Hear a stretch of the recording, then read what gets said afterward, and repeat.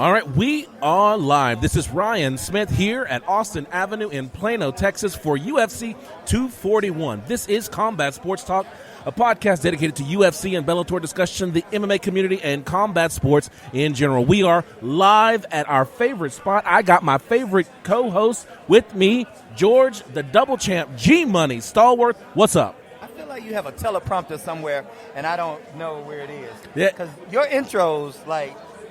You got the mic backwards. Well, what had happened was I went to a birthday party earlier. You know, once you're doing it for long enough, it just rolls off your tongue. Speaking of doing it for long enough, not to get on it, but I'm going to talk about it. We just watched Derek Brunson and Ian Heinisch.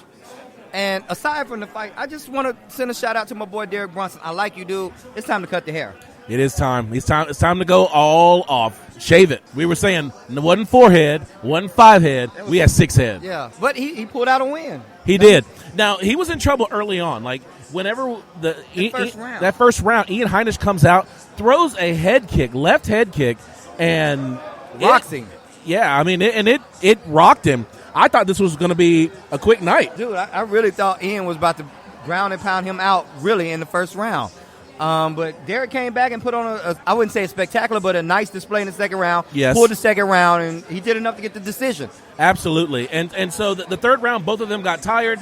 And then next thing you know, it goes to the judges. You never want to leave it in the hands of the judges. There was a lot of hugging going on in that third round. A lot of hugging, lot of touching each other, but not punching. A lot of loving. So the next fight coming up is Sadiq Youssef and Gabriel Benitez. Okay. All right. I'm really excited to see Sadiq, man. I've heard a thing or two about this youngster. He's like 9-0 or 9-1. Yeah. Gabriel, on the other hand, he's a veteran. He's got like 20-plus fights, if I'm not mistaken. Well, I mean, this is always an interesting fight whenever you've got a fighter who's coming up undefeated, but he doesn't have a lot of fights facing a veteran. And when you have that, then what you're really looking for is whether or not the veteran is going to try to do some things that maybe the youngster hasn't seen, or whether this is going to be just a display of speed and power by the younger up-and-coming fighter. As a veteran, what I would recommend to all veterans is you take these youngsters into deep water. With that experience that you have, they just don't have it. And it helps them in the long run, don't get me wrong. Sure. But that first time that they go through that experience, it's a whole different world for them. When somebody drags you into deep water and is damn near choking you out, it's a whole different world, man. It is not where young guys really want to be. And if you're not accustomed to that, you easily lose fights. Right. So, you know, when we're talking about deep water, what we mean is do some things, push the pace, make these young guys have to solve problems that they don't have to solve before. Many of them are so used to walking in a ring, being physically superior in some way, either faster, stronger, or whatever. And yeah. But they don't know all of those unwritten rules in the ring. They've never been pushed in that kind of manner. So that's what we mean by when we say deep water. Yes. Push them in the deep water. Take them deep, have them tired, gas them out in that first round. Let them feel like they've never felt before, no matter how good of a camp they had. That's right. You want them to have to face that adversity and see if you can't break them. See if you can't teach them a lesson. It's not even you breaking them at that point. It's they break on their own. It's their own mental shuts down and says, I can't do this. Right. And you see it in their faces when it happens. Right. So, you know, the other thing I want to talk about on this fight coming up is this is another fighter coming from Nigeria. You know, we've starting to see a representation of African fighters, and specifically coming from Nigeria. You know, you got Kamaru Usman. He is Nigerian born. He came to the United States. You got Israel Adesanya, who's Nigerian born and went to New Zealand. So we're seeing some pretty dynamic, strong, quick fighters coming from that particular region of the continent of Africa. Just Africa in general, man. You got Francis coming out of there. Yeah, he's from Cameroon. If you're not familiar, there is an African version of the UFC. I think it's either AFC or EFC. I can't remember. Yeah. But they've got quite a few good fighters. You got fighters that actually go from other places to fight on their card. So Africa is on the map as far as international MMA. All right. So since we're talking about Africa, I gotta call out what many people believe is the most dominant fighter in the history of the UFC, and that's John Jones. He tweeted this week that asking the fans if they think that he should go to Africa to slap Izzy Adesanya. Oh, man. I mean, the beef between Israel Adesanya and John Jones does not stop. It continues. I hate to hear that. Like, if anything, Why? I would want these two to be almost friendly like him and Anderson Silva was. I mean, it's not a real fight between the two of them. I get it. They're talking noise back and forth with each other. But I'm sure the casual fan will want to see that fight. But those of us in the community and who know fighting know that that's not a legitimate fight. Unless one of them... It's not. Unless Izzy really comes up in weight. And I would want to see him get several fights at that weight before he gets cast, in there with John Jones. Yeah, but let's talk about that further. John Jones is 205. Israel Adesanya is 185. Right. Israel Adesanya, I would argue, is a light 185. Like, he doesn't have to cut much to make 185. He's made weights before at 184.5. Like, he stepped on the scale and didn't even hit 185. Yeah. So when you're talking about someone like John Jones, who walks around as a heavyweight, cutting down to 205 versus a guy who's making 185 with no problem, you've got a significant weight problem, weight distribution, weight difference. And because of that speaks to the power that one fighter has over the other. Absolutely. You start talking about the size that John Jones just has. Even within the light heavyweight division, having an 84-inch reach advantage, which is the longest reach advantage in the UFC, only shared by one other person, and that's Francis Ngannou at heavyweight. Imagine that. And think about the disparity between Francis and John Jones. Right. So it's a similar thing between Izzy and John Jones. Right. So the big thing here is that even though they're popping off, talking back and forth, both of them are dynamic people. Both of them are great and fun to watch. But it's impractical to think that they would ever get into the ring and actually fight each other in a competitive way. No. Yeah. Now, I was thinking about this earlier as far as disparities in weight and things like that. Is that me and you? No. There's a huge disparity in weight between me and you. I got you Think by about at least this 100. one. Training partners. Yeah. Khabib and DC. Yes. But DC says Khabib gives him the business in the training room. I've seen video of Khabib taking him down. You understand? Khabib fights at 155. Yes. Daniel Cormier stepped on the scale yesterday at 236. And he's That's an Olympic, almost 100 pounds. He's an Olympic wrestler. And he's saying Khabib gives him problems. Yes. Oh my God. So that's exciting. All right. We're looking at the fight. Benitez versus Youssef. Who you got? Sadiq? I'm going to go with Sadiq on this one, man. Typically, I always say experience beats, the newcomer, but I feel like Sadiq is very well-rounded. He's got a good game, and I think he's going to pull this out, man. Yeah, I'm going to say the same. I haven't seen Sadiq Youssef fight before. This is my first time. But, I'm gonna trust your judgment on this one. Usually I go against you, but on this one I'm going to trust your judgment. So both of us are on Sadiq Youssef. Now, don't get me wrong. I'm not sleeping on Gabriel. I'm not. I just saw some of his highlights. It's like, don't want to change that choice. But I don't. I'm going with Sadiq. Yeah, Sadiq is a pretty significant favorite. He's coming in, I think, at like a minus 280. So, this is going to be a big fight. But look at the power in these highlights. Wow. Let's see if he's got the gas tank to go with it. And this is at one what? This is a pretty light, maybe 145. Yeah. So, now I don't see Sadiq being a real contender as far as the top 10 in that area. All right. So I think he's going to need a few more fights to really up his game in that sense. Well, 145 is so stacked. Dude, Max Holloway. And we just saw what Dustin Poirier did to Max Holloway. That goes back to what I was talking about, that weight disparity between people. Yeah. You know what I mean? So, but that was at 155. But regardless, what I'm saying is typically there would have been a 10-pound difference. Holloway is used to fighting at 145. Correct. That's his optimum. That's his prime. That's where he does his best work. Right. And that's what I'm saying in general when it comes to fighters. When you got a guy like Izzy at 185 fighting a guy who normally fights at 205, you're coming up. I'm sorry, but that's 20 pounds. You're not doing yourself any. You're not serving any advantages there.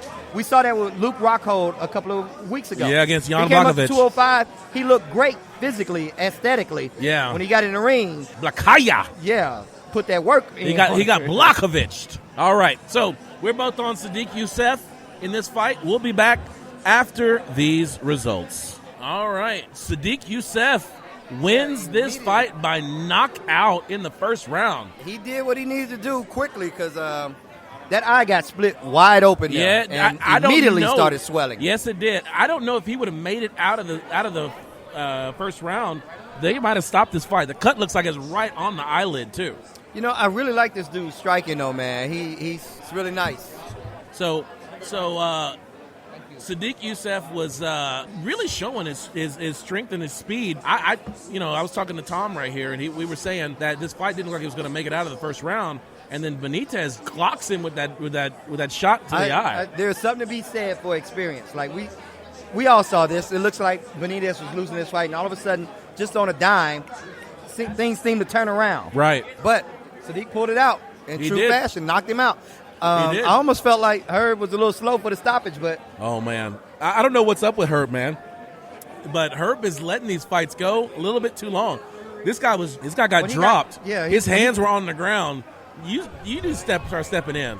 You know, it's funny. Like I've recently stepped into the arena as a referee. Yeah. And man, the timing, you think a lot of people think refereeing is a simple job.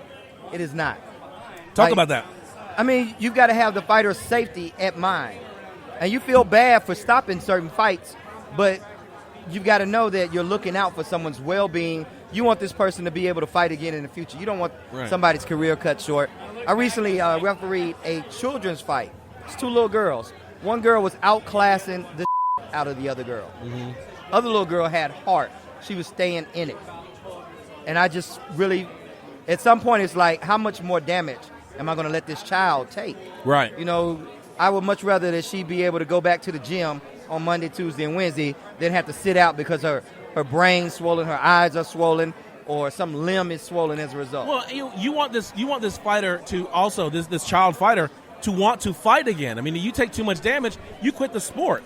Well, she was upset with me for stopping the fight. Really? I mean, like verbally. A child got in my got in my her mom came and got on me. Okay. But in the end, I felt like I did what was in her best interest. Right. You know, I get it. Everybody wants to win. Nobody wants to lose. Nobody wants to walk out and feel like, you know. The one thing, because I got into this with John Keys on the podcast, where we start talking about when you see your fighter getting outclassed. You know, we go back to the Brian Ortega-Max Holloway fight. Brian Ortega, they should have stopped that fight a long time ago. Like, Brian Ortega was clearly beaten. What you're hoping for at that point is some kind of flash knockout. How and it's often, not likely to happen, especially if you're facing a high-level striker. Right. So why do we continue to let these fights go when it's clear that these fights have been decided? We just because don't have we've a knockout. seen instances where something crazy happens and the person who was winning the fight loses. We've seen it. Just a second ago, when you think about the Sadiq fight, all of a sudden Gabriel comes out of nowhere and lands something. We're like, oh, you want to give them that chance to work through it, especially a veteran like him. But at the same time, as a referee, you're thinking fighter safety. Am I balancing allowing this guy to work with my thoughts on his safety? And it's a really hard decision, man. Yeah, I can definitely see that. I mean, the big thing for me, though, is there needs to be a point where we say, in as much as we know that it could happen, this flash knockout, this unbelievable comeback, all of these kind of things, the corners should know that that's unlikely. Well, depending on what jurisdiction you're in as well, corners don't get to call a fight. There's no such thing as throwing in the towel in certain venues and jurisdictions. Really? I didn't know that. In MMA, very many jurisdictions, the corner does not get to throw in the towel. Wow. Now, that was something I didn't know because I just assumed that was something that you could throw in the towel anytime. No. So maybe the fighter that was... can tap. You can walk out and tap, but your corner can't just toss a towel in and say, that's the fight. I don't want my guy going. That's why you see these guys like Duke Rufus. Yeah. You remember his fight, Anthony's fight against Tony Pettis. And Duke was like, I can't let you go back out there, man. Your hand's broken. He's like, but it wasn't on Duke. He's telling his fighter, you got to give this up. And the referee comes over, and it was actually Anthony who said, I can't go back out.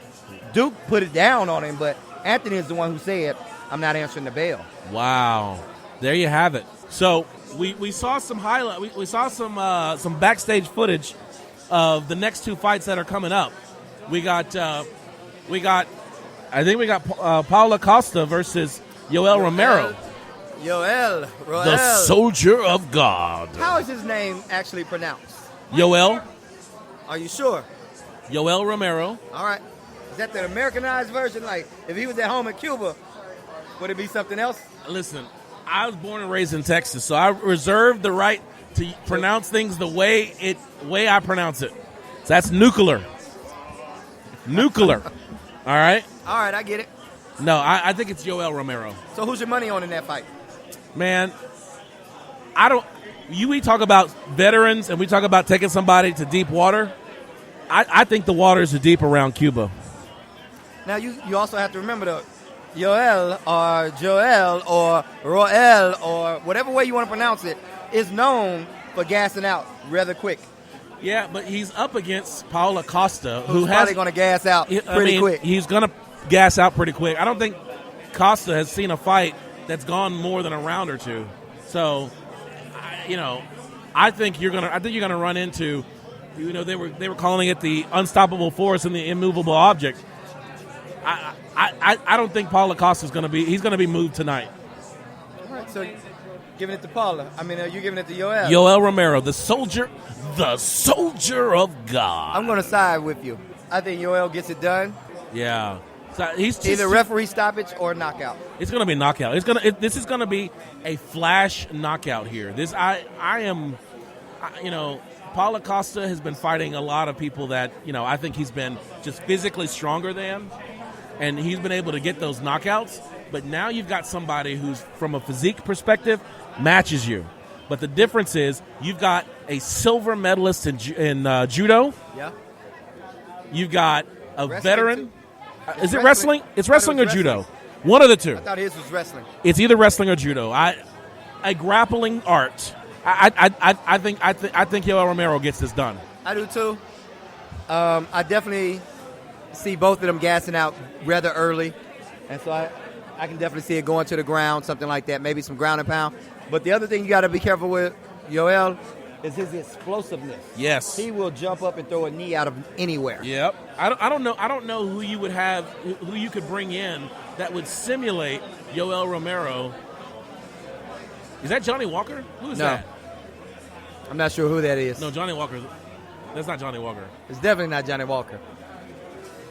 So we're watching the opening package for Yoel Romero. He just knocked somebody to the canvas. Oh yes, that was the Luke Rockhold. He threw his last minute strike down the middle. What about like the Weidman knockout? Like, these are things people forget about with Yoel. Yeah. And explosivity. That was Luke Rockhold, though. No, I'm talking about what about the Weidman? I don't remember it. He threw the knee. He caught him with the knee. See, I remember whenever he went up against like Lyoto Machida and just went matrix on Lyoto Machida. There's that knee I was talking about. Oh, man. Please show the Weidman knockout. Yeah, that's the Lyoto Machida where he just went matrix on Machida. Yeah. And it was like, where did that come from? Just laying there, head bouncing off the canvas like it's a basketball. They don't even show the Weidman knockout because it was so bloody. All right, so we're both on Yoel Romero, soldier of God. Out walks Paulo Acosta. He's got this little smile on his face, confidence. I don't know if it's a smile or if it's a grimace.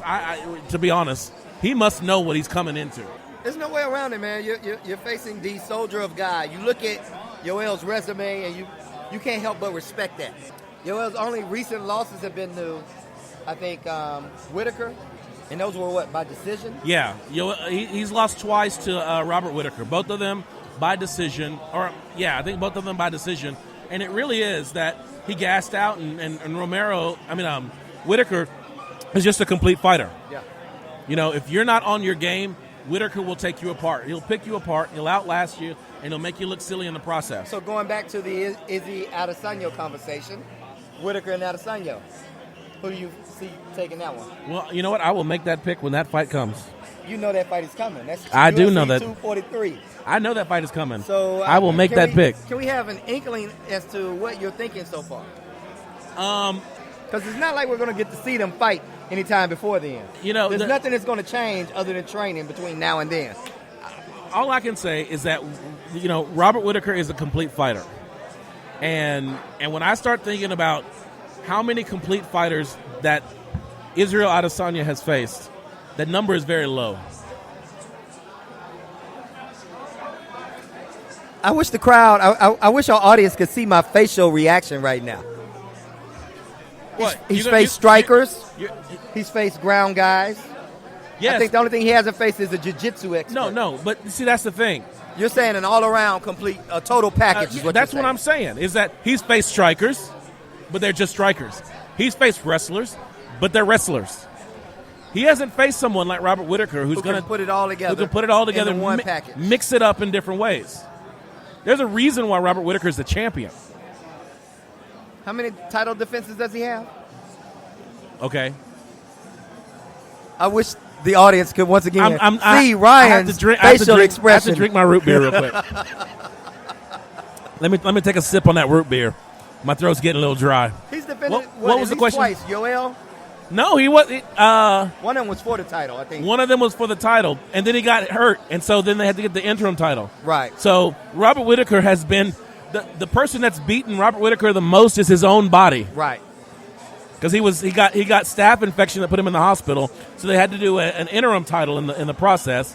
So then he fought Yoel Romero for the title, and then he was supposed to fight. And some people arguably say Kevin Yoel Gastelum won that fight. I don't think he did. But then he had to fight Kevin Gastelum, and then he got a severe body ache. I don't remember what it was. His back or something. No, I thought he had like got a hospitalized. But I thought it was like a pancreas or something. I don't know. Okay, something like that. And then, and so then they had another interim fight, which is why Kevin Gastelum lost to Israel Adesanya. We got Yoel Romero entering the ring. I'm sorry, the octagon right now. What I love to see is when fighters come in wet. That lets me know, like, they are primed for this. When you see a fighter walk out and he's dry. Like Paulo Acosta. Like, oh, you're going to call it, huh? That tells you somewhat of the mental state. Like, in the warm-up room right now, Yoel has been going at it. He's like, I'm ready to put this on somebody. Yeah, and by the way, we were going back and forth whether it was wrestling or judo. It's wrestling. I thought so. Silver medalist in wrestling. Yeah. Freestyle. So we're both on Yoel Romero. We got dude, this is like Physique Squad 1000. Like these are two Super Saiyans about to fight each other. Yeah, I mean, I was going to say this is like the Mr. Olympia competition all wrapped up into one. I'd like to see them between rounds have a flex off. All right. So we've got Yoel Romero and Paulo Acosta in the ring. We got Bruce Buffer getting ready to announce them. We're going to be back after these results. All right, we are back. Yoel Romero loses a unanimous decision to Paulo Acosta, 29-28. We did not feel like that was a fair decision, but you know what they say. Don't leave it in the hands of the judges. That's right. But strangely enough, man, you felt like rounds 1 and 2 were Paulo. No, I felt like round 1 was close. Okay. Round 1 was close. I was giving it to Romero, but I knew it was close. I knew round number 2 was Paulo Acosta. So what I wanted to see was Romero go out and try to finish that fight. To be honest, actually, I was afraid that they were going to give round number 1 to Costa. That's why I kept yelling, "We got to finish this fight. We got to finish this fight." So no, I don't. I'll change that. I had round number 1 for Costa. So I want to talk about some of the slick tricks. There were some slick Yoel tricks uses in his fights. Yep. And we see it consistently. He finds ways to get the referees to stop fights, whether it's through groin shots, accidental eye pokes, getting off the bench late, things like that. I mean, he's 42. Yeah. What do you think about that, man? They say that fighting is a young man's sport, and even though Romero looks like a young man, he is not. He is my age. He's 42. So, I think that when we talk about how the veterans have to use some of those tricks, that's what he does. I don't think it's right. I don't think it's fair because that's not the spirit of the fight. The spirit of the fight is when the bell rings, you go until the bell rings to stop. If you're going in there and you're faking growing injuries, you're poking people in the eyes, you're getting off the chair late, that's not the spirit of the fight. That's cheating. So going back and looking at the groin shot now, did you think it was an Did you think it actually landed? No. Once they started showing the different angles, it was clear. When you saw the ripple, those ripples were abdominal. Yeah. So it wasn't a groin strike. We've seen what a groin strike looks like. But it did give him 3 minutes to relax and catch his breath.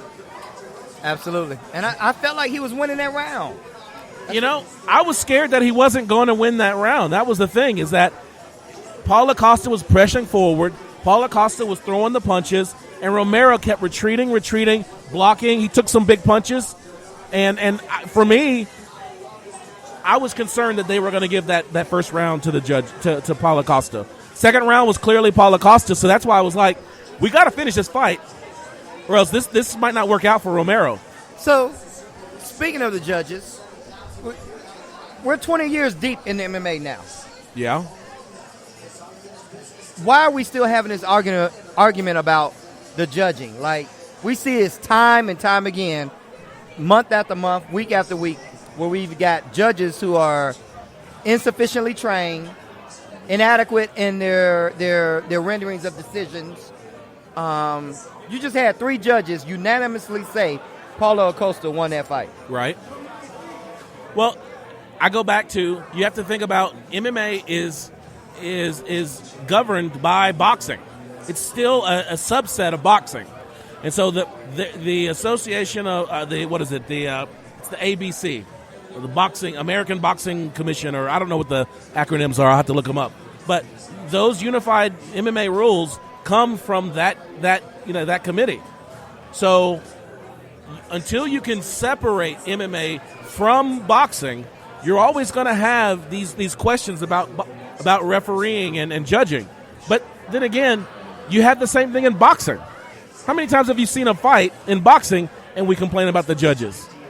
So it's just the nature of the beast, maybe. Well, in boxing, to be fair, very often when we see that, we realize that that's a shady judge. In MMA, we realize it's more ignorance on the part of the judges in the way of MMA. You get what I'm saying? Yeah. So what I'd like to see is, I would love to see, as these fighters begin to retire, that they go ahead and become judges. So yeah, how would you like it if instead of being a color commentator or a referee, you had Big John McCarthy judging fights? Would you trust his opinion more? Definitely. Would you trust Dan Henderson, or even DC in the future, or hell, it almost would be an event to watch judges like that judge. To see to understand what they're doing, why they're scoring certain things certain ways. Maybe we should highlight judges more and involve judges more in the process of what we get to see as fans. Yeah, but I guess, first of all, let me say that's a great idea. I love it. But if you start talking to judges about how they judge, then you start dictating how a person fights when that person is judging. Like, if I know what you're looking for, you might have been the person I was talking to about this, that the judge was like, this is what I'm looking for, and you didn't do it, and so therefore I scored you accordingly. But, what we have in the meantime isn't working either. Like, something's got to give. Something has to change. So now we've got Anthony Showtime Pettis. Absolutely. Versus Nick Diaz. Stockton's own. I'm going to tell you like this. I like Anthony Pettis. He's dynamic. He's got a Taekwondo base, but he's got submissions as well. I like Pettis in this fight. Both of these are well-rounded fighters. Folks sleep on Diaz's jiu-jitsu, man. They really do. But, the thing is, you got somebody like Anthony Pettis who can throw hands, he can throw feet, and he can wrestle. He's added that to his game over time. You got somebody who just likes to box. He doesn't just like to box, though. People get that mistaken about Diaz, man. Go back and watch some of his old highlights. Diaz will submit you in a heartbeat. Diaz came out of a jiu-jitsu school. He is Gracie old school jiu-jitsu. People don't realize that. But that's the thing. You just don't get to see it because a lot of the fights he gets into turn out to be boxing matches. Him and Conor.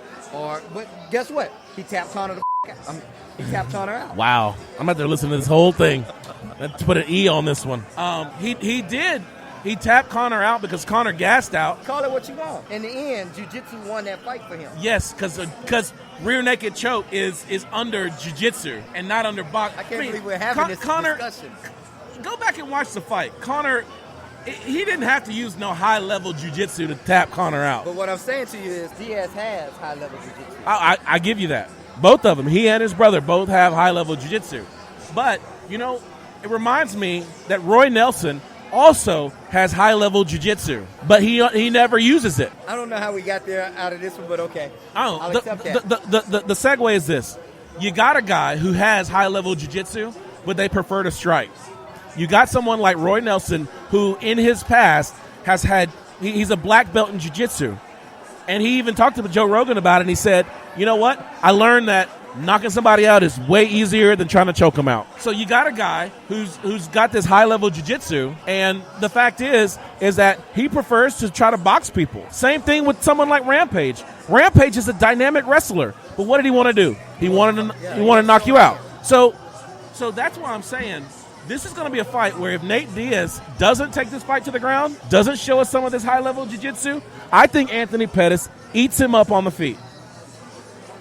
Anthony is a little bit, hot about this fight. Tell me more about that. So apparently Diaz has been talking noise to Pettis for quite a few years. Like, this is not, hey, we just made this fight, now the drama starts. Yeah. They've been going, there's been some back and forth between them for quite a few years. Which makes sense. I mean, 155 has been Diaz's weight class. Right, and then Anthony Pettis was also fighting at 155. Right. Anthony was a champion at 155. Yes. So it makes sense that there has been some rivalry there before. Incidentally, do you know how he became the champion? Do you remember who he beat? Probably Ben Henderson. He beat Ben Henderson. You know how he beat Ben Henderson? With a choke, or no, it was an armbar. With an armbar. So, we talk about jiu-jitsu. Maybe Anthony Pettis doesn't have a respected jiu-jitsu pedigree like Diaz does. I've never said that. But he's got it in the arsenal. He's got quite a few submissions. If I don't. So all I'm saying is that this isn't one of those times where you got a striker versus a grappler. This is a striker versus a striker. Both of them have jiu-jitsu. One of them just have better jiu-jitsu. Who's got the better jiu-jitsu? Diaz. You think so? Yeah. I don't know about that. We gonna see. Pretty equal in the jiu-jitsu realm. We'll see. I think they're both pretty high-level jiu-jitsu. Okay. But we're going now. Anthony Pettis is from Milwaukee, right? I want to send a shout out to my homegirl Nicole Heedy. She actually took Taekwondo classes with the Pettis brothers. Oh, and she shouted it out one day. I was telling her about the podcast, and she's like, "Do you know a guy by the name of Anthony Pettis?" I'm like, "Who doesn't know Anthony Pettis?" She goes, "Oh yeah, I used to train Taekwondo with him and Sergio." So shout out to Nicole. So another Tahiti. common theme between the two of them. Two brothers in the fight realm. That's right. Nate and Nick, and you got Sergio and Anthony. The only difference is, I think, and this is my personal opinion, the only difference is that the older brother in the Pettis brothers is the better one. The younger brother in the Diaz brothers is the better one.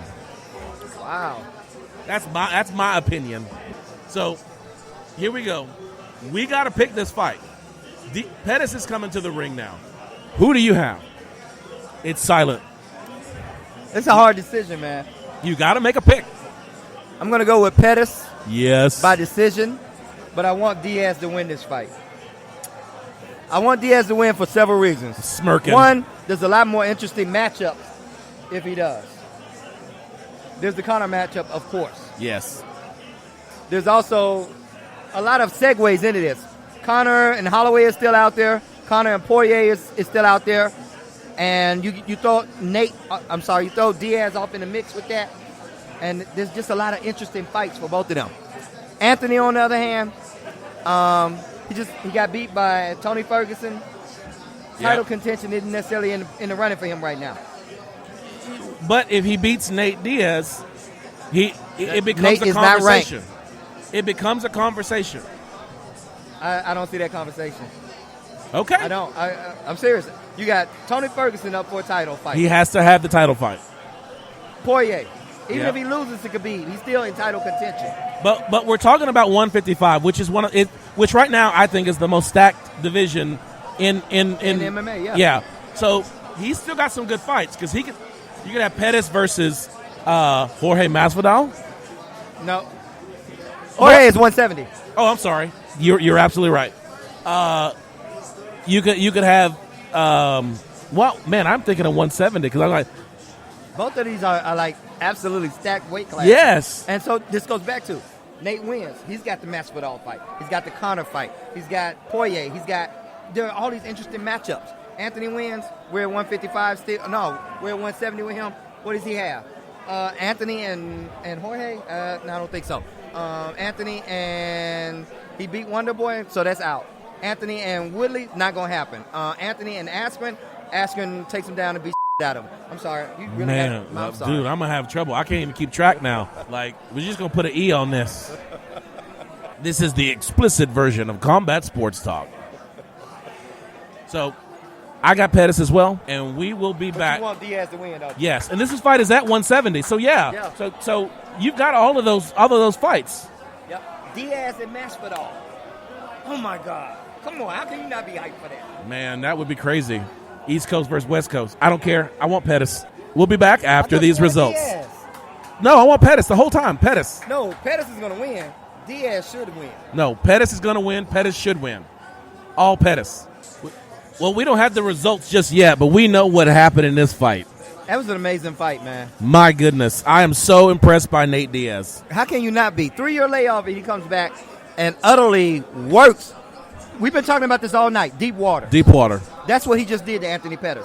Oh, yeah, because Anthony Pettis, he's a dynamic striker. He's got all those kicks. We can't not see him kick Ben Henderson in the head whenever we talk about Anthony Pettis. But you can't kick and you can't punch when you're clinched up on the cage or you're on your back trying to keep Nate Diaz off of you. How is it Duke Rufus didn't prepare Anthony for that, though? It's like you know where that was going. You know where this fight was going. We're going to clinch. We're going to dirty box. All right, we're getting the results right now. 30-27. 30-27. Unanimous decision. Nate smoked Diaz. weed during the open workout. Yeah. Diaz. So there you go. Nate Diaz emerges the winner in dominant fashion. Super impressive. Now, who's your call out, Nate? Who's he gonna call out? That's the question. Jorge Masvidal. My money is on Jorge. No, he's calling Conor. He's one of that fight. No, set the Conor fight up more. Fight Jorge. But they're all at 170. Take Here we go. 170 fight with Jorge, then Conor. Here we go. I'm not surprised. Man, Nate Diaz. So you definitely gonna have to edit this podcast. I gotta edit.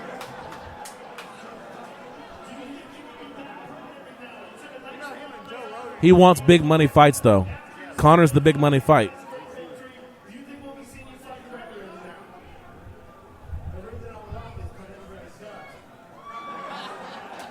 All right, here we go.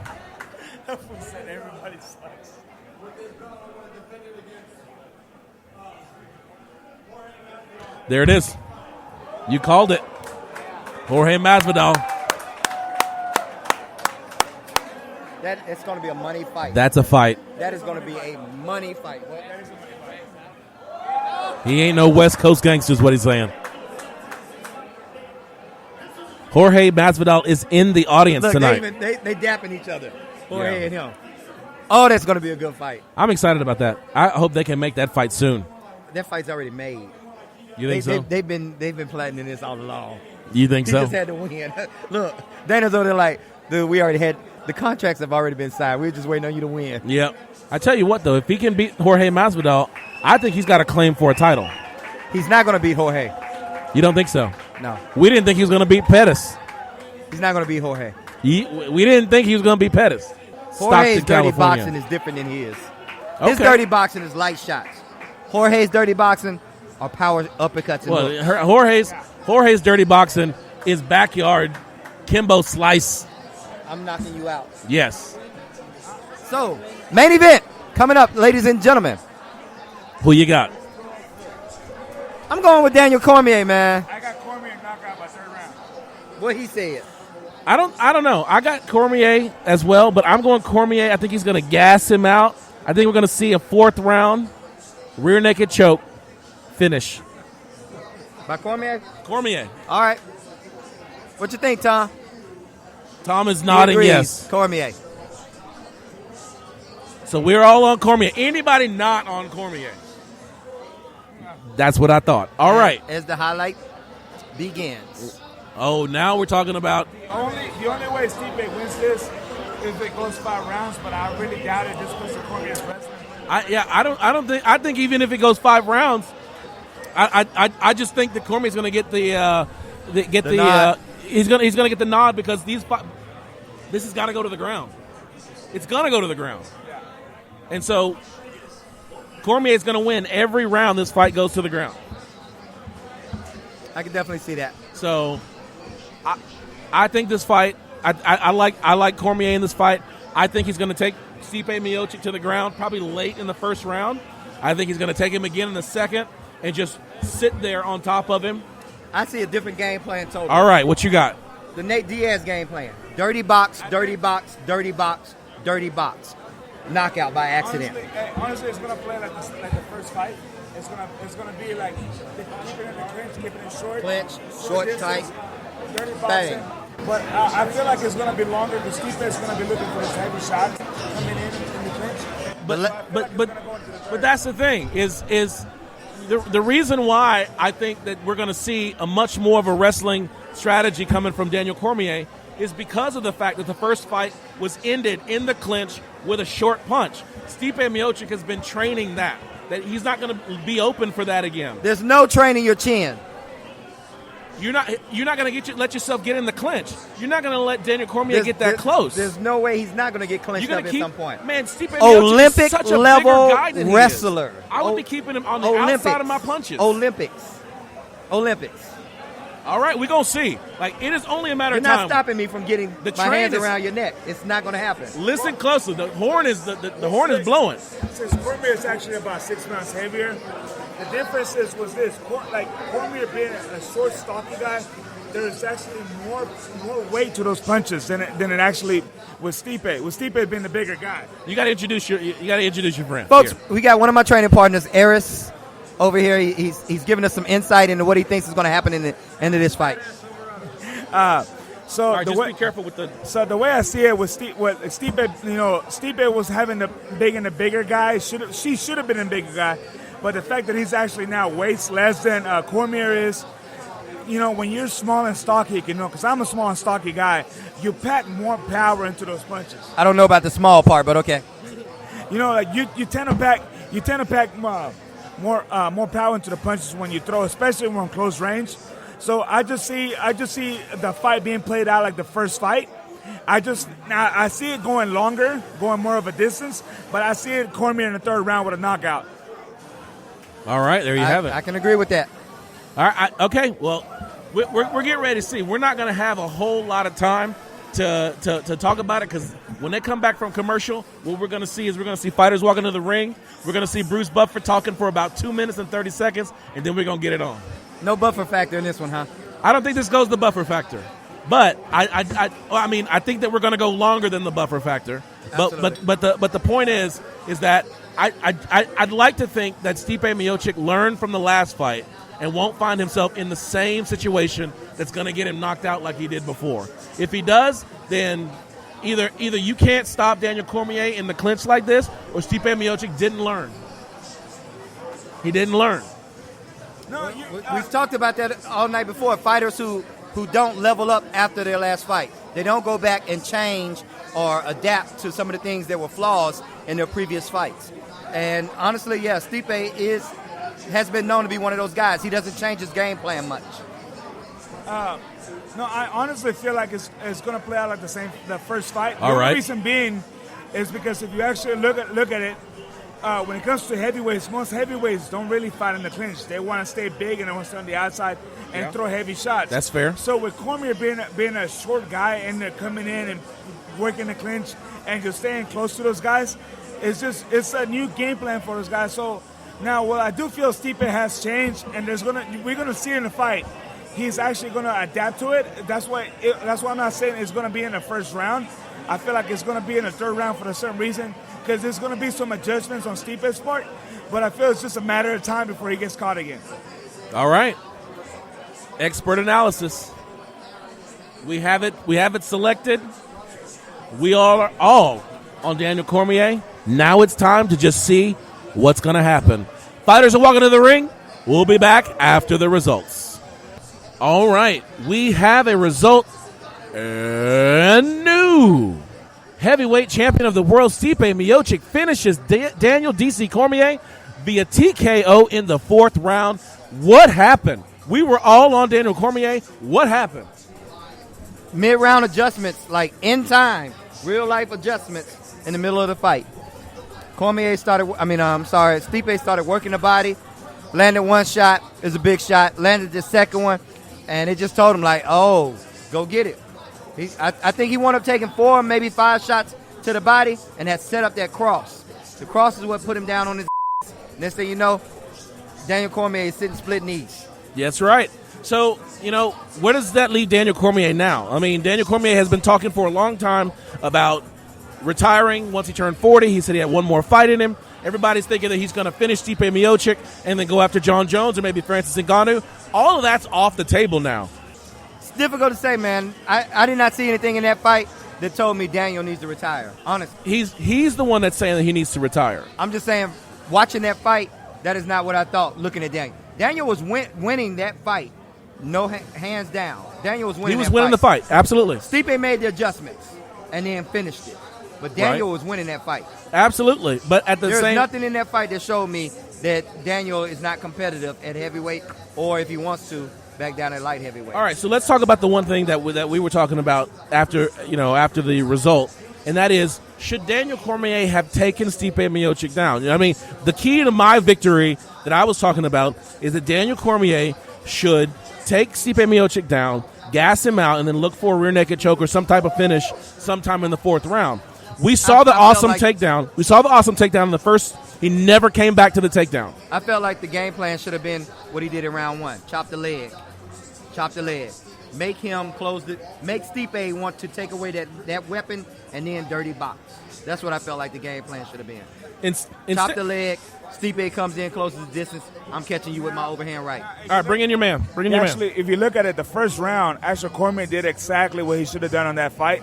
Kick the legs, make him be aware downstairs, then start landing the big heavy strike up top, and then go in for the takedown. Go in close and go for the takedown and put the ground pressure.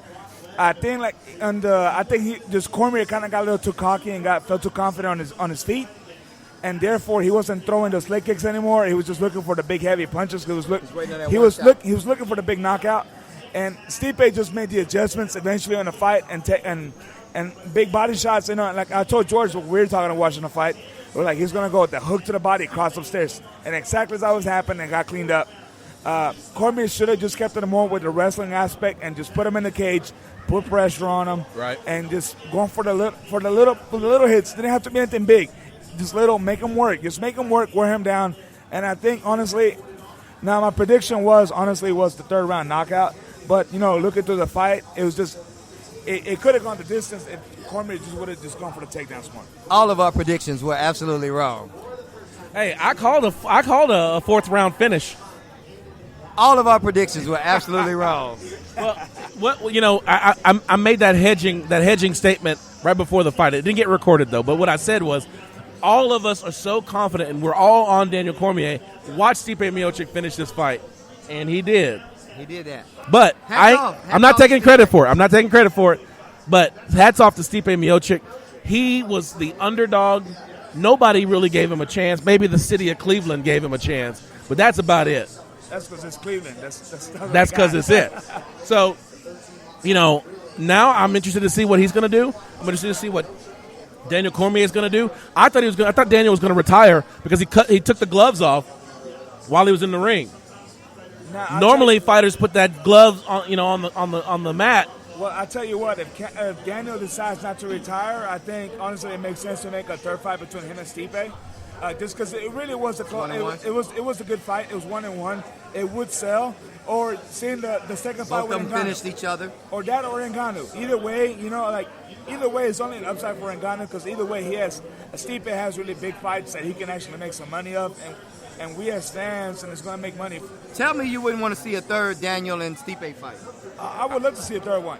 Yeah, I would love to see it too. But especially, since Cormier is coming off an injury, coming off of surgeries, and being on his ass for so long, and just he did start this fight camp earlier to kind of get back in the rhythm, and he looked good, So now, now that he's been out for so long, and now he actually knows what it feels like to be back in there. I would like to see a third fight. I would like to see how it plays out different.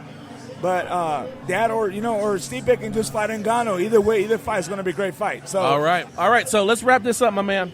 We got Derek Brunson defeated Ian Heinisch. He came back to win that one by unanimous decision. That was a surprise. I had Heinisch. He had looked great in the first round, but he couldn't finish it. That wrestling pressure. Wrestlers get to dictate where the fight takes place. Yep. Okay, newcomer to the UFC, Sadiq Youssef defeated Gabriel Benitez via knockout. I'm excited to see that young man put in work. We had Paul Acosta win a controversial decision versus Yoel, the Soldier of God Romero. I think Yoel won that fight, but I'm not upset. I don't think it was a robbery by the judges necessarily. Finally, after 3 years, Nate Diaz returns to the octagon to put it to Anthony Pettis, winning by decision convincingly. What can you say? Nate Diaz, running marathons, triathlons, swimming across the Alcatraz, and smoking weed. That's kids. The game plan on that fight was amazing. He took away, the best weapons of a striker was his clean striking and made it a dirty fight and just made the guy fight a different fight than he was used to. There it is. And then finally, in the main event of the evening, Stipe Miocic defeated Daniel Cormier, round 4, TKO. Stipe stunned the world. He did. Nobody was expecting him to win that fight, much less finish Daniel Cormier.